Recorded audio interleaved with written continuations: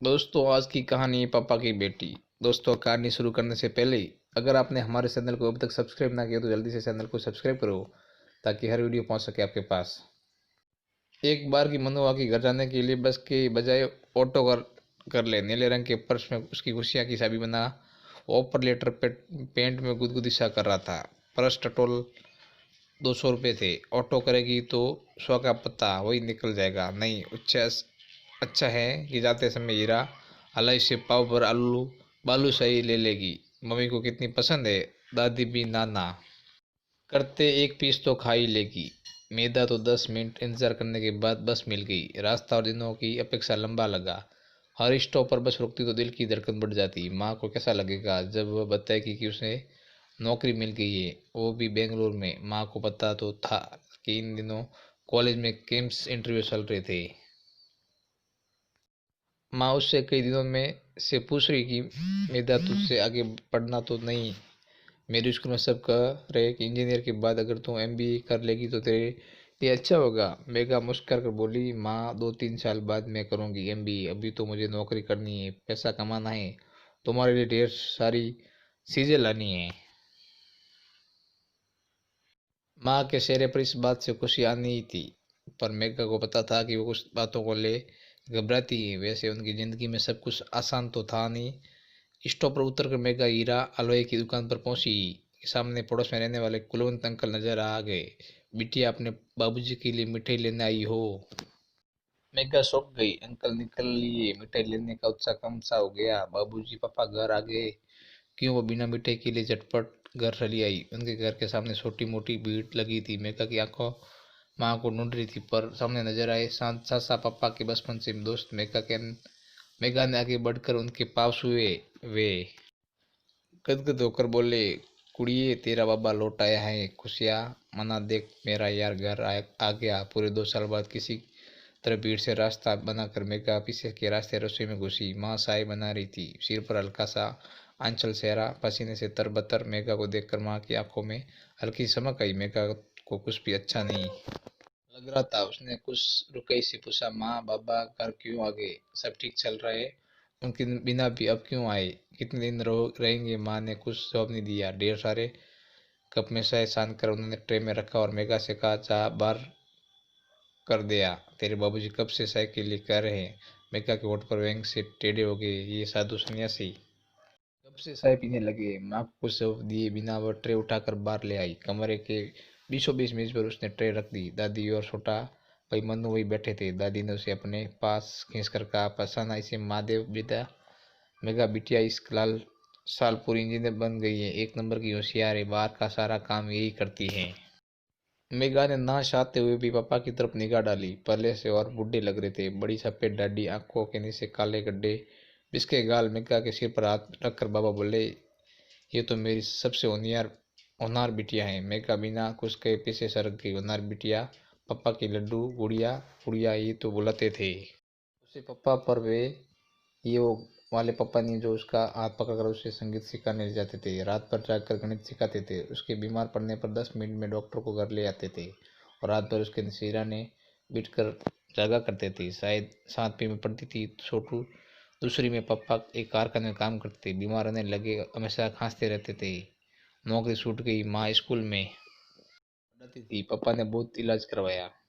फिर किसी ने कहा कि हृदय में एक सिद्ध योगी हैं, वे बड़ी से बड़ी बीमारी ठीक कर लेते। पापा वहाँ गए। कई महीनों बाद लौटे तो पैंट शर्ट की जगह गेरुए धोती कुर्ते में थे। सबने कहा पापा साधु बन गए, पापा बदल गए थे। मेघा को उसे डर लगने लगा। वह दूर खड़ी देखती पापा को, मम्मी से कहती, ये मेरे पापा नहीं है, ये तो कोई साधु बाबा है। माँ कुछ कहती नहीं। उनकी आंखें दिन ब दिन सूखती जा रही थी। बहुत संघर्ष वाले दिन थे। माँ दोनों हाथ खींचकर घर चलाती थी। दादी पापड़ और बढ़िया बनाकर बिकने दुकान पे दे आती। मेका के बस में बस एक ही चीज थी कि वो खूब पढ़े, क्लास में फर्स्ट आए। पापा से मिलने में एक बार आते, 2-3 दिन घर में रहते। उनसे मिलने दूर दूर से सब लोग आते थे। पापा सबको बिठाकर ज्ञान की बातें बताते थे, नीति की कहानियां सुनाते। कहते, सुख और दुख में एक सा रहो, सुख में डूबो मत, दुख में तैरो मत, अपने शरीर से प्यार मत करो, आत्मा से करो। मेघा को अजीब लगता। स्कूल में उसकी सहेलियों के पिता इंजीनियर, डॉक्टर, पत्रकार थे और उसके साधु बाबा पर जल्दी उसने समझ लिया कि ज़िंदगी अब ऐसे ही कटेगी। उसके प्यारे पापा अब नहीं लौटेंगे। जो खुश है वो माँ है और माँ का संघर्ष है। शाम तक घर में आने जाने वाले तांता लगा रहा। मेघा के बैग में रखी खुशियों की चाबी ठंडी पड़ी थी। एक बारंगी लगा जैसे अब उसके हाथ कभी ताला लगेगा ही नहीं। उसे इंजीनियर कॉलेज भेजने के पीछे माँ को सबसे कितना लड़ना पड़ा था। छोटा चाचा बुआ सब माँ को नसीहत दे रहे थे कि बेटी के पीछे इतना क्यों खर्च कर रही हो, एक बार इसके बाबूजी से भी तो कुछ पूछ लो। उस दिन पहली बार माँ ने जरा जोर से कहा, बेटी मेरी है, मुझे पता है इसके लिए क्या सही है क्या गलत। उस दिन मेघा की नज़रों में माँ का स्थान और बढ़ गया। रात को खाने के बाद दादी ने माँ को आवाज़ दी। मेघा भी उनके पीछे पीछे बड़े कमरे में आ गई। गर्मियाँ शुरू हो चुकी थी। पलंग पर बाबा लेटे हुए थे। दादी उनके पास बैठी थी।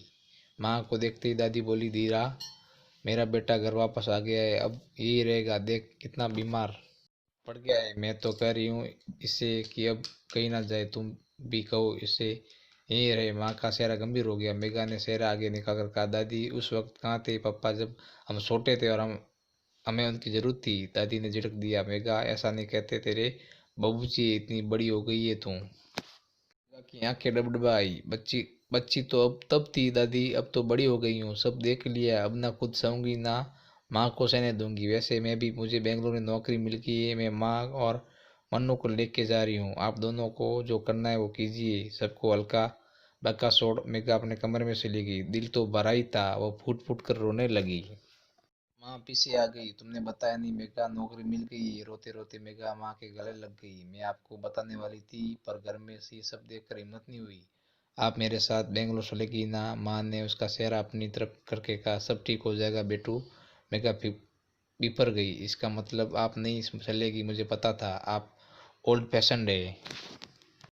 इतना सब होने के बाद भी माँ उस आदमी ने अपने साथ इतना गलत किया और आप कि उसी का पक्ष ले रही है। माँ की आवाज़ शांत थी, मेघा रात बहुत हो गई है, सो जाओ, कल बात करेंगी। सुबह बहुत देर से आई। मेघा उठी, आंखें जल रही थी। बिना कुछ खाए पिए वो कॉलेज चली गई। दोपहर वो लाइब्रेरी में थी। छोटू का मोबाइल पर मैसेज आया, दीदी घर आ जाओ अर्जेंट। मेघा छोटू को फोन लगाती रही, उसका फोन नहीं लगा। वो तुरंत ऑटो पकड़कर घर पहुंची। रास्ते भर उसे माँ की चिंता लगी रही और उनसे बिना कुछ कहे सुने चली आई। कहीं उन्हें कुछ तो हो नहीं गया। आज घर के सामने शांति थी। ऐसा लग रहा जैसे बरसों से घर खाली पड़ा हो। बड़े कमरे में दादी पलंग पर लेटी थी। मेघा को देखते ही उन्होंने मुंह फेर लिया और रोने लगी। मेघा माँ माँ पुकारते अंदर चली गई। माँ आंगन में सबूतरे पर चुपचाप बैठी थी। उनके बगल में मन्नू। माँ की आंखें नम थी। उन्होंने कुछ कहा नहीं। मन्नू जल्दी से बोलो दीदी। सुबह नाश्ता करने के बाद पापा घर से चले गए, पता नहीं कहाँ है, तुम्हारे नाम चिट्ठी छोड़ गए। दादी तब से रो रही है, कह रही है कि अब बाबा कभी घर नहीं आएंगे। मेघा का दिल बैठ गया। पापा की चिट्ठी मनु ने इशारा किया। माँ ने फ्रिज के ऊपर रख दी। मेघा दौड़ के गई। पुराने से कागज में पापा ने लिखा, मेरी गुड़िया मुझे माफ करना, मैं तुम लोगों की तरह मोबाइल मैसेज करता नहीं जानता। बस तुमसे कहना चाहता कि मैंने जो कुछ भी तुम्हारे साथ किया नहीं किया उसके लिए सॉरी। कई बार आप जो निर्णय लेते हो उसका असर आपको बहुत बाद में पता चलता है। मुझे पता है कि मैंने तुम लोगों के साथ बहुत गलत किया। तुम एक नई जिंदगी की तरफ बढ़ रही हो। तुम्हारी कामयाबी के पीछे तुम्हारी माँ का हाथ है। तुम सब खुश रहो। मेघा की आंखें बरसने लगी। उसके पुराने पापा कितने बीमार है, कहाँ जाएंगे? बीमारी में रात तक घर में शोक छाया रहा। मेघा माँ के से आंखें मिलाने की हिम्मत नहीं कर पाई। दादी बिस्तर पर औंधी पड़ी गई और बेचारा मनु इधर उधर चक्कर काटता रहा कि कोई उसे पूरी बात बता दे। माँ ने किसी तरह खिचड़ी बनाई। दादी ने खाने से मना कर दिया।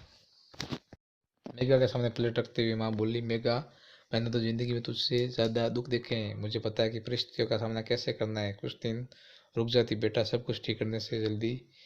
देख तूने क्या कर दिया। मेघा माँ से लिपट गई। माँ मैंने क्या कर दिया? पापा अब कभी वापस नहीं आएंगे ना? उसकी पीठ थपथपाकर माँ कमरे से बाहर निकल गई। अचानक मनु जोर से चिल्लाया, दीदी बाहर आओ। किसी के कुछ बोलने की आवाज आई। अपने आंसू पोंछ मेघा बाहर निकली। बड़े कमरे में पापा खड़े थे। दाढ़ी बनी हुई थी, बाल कटे हुए थे। पापा ने शर्ट और पंजाबा पहन रखा था, हाथ में सामान था। दादी से कह रहे थे, अम्मा मैंने हीरा हलवाई की दुकान में काम ले लिया है, मैं बहुत बढ़िया मिठाई बनाता हूँ, अम्मा कल ही सकूंगा तुम सबको। मेघा दौड़कर उनके पास आ गई। उसके पल्ले वाले पापा उसके सामने खड़े थे। गुड़िया मेरे पास आ, कितनी बड़ी हो गई है मेरी बिटिया, मुझे जिंदगी सिखा गई। देख बेटा, अपनी माँ को हमेशा खुश रखना। अब मैं चाहता हूँ कि मैं काम करूं और वो आराम। मेघा को इस वाले पापा से डर नहीं लगा। वो तो वही थी उनकी लड्डू बेटी।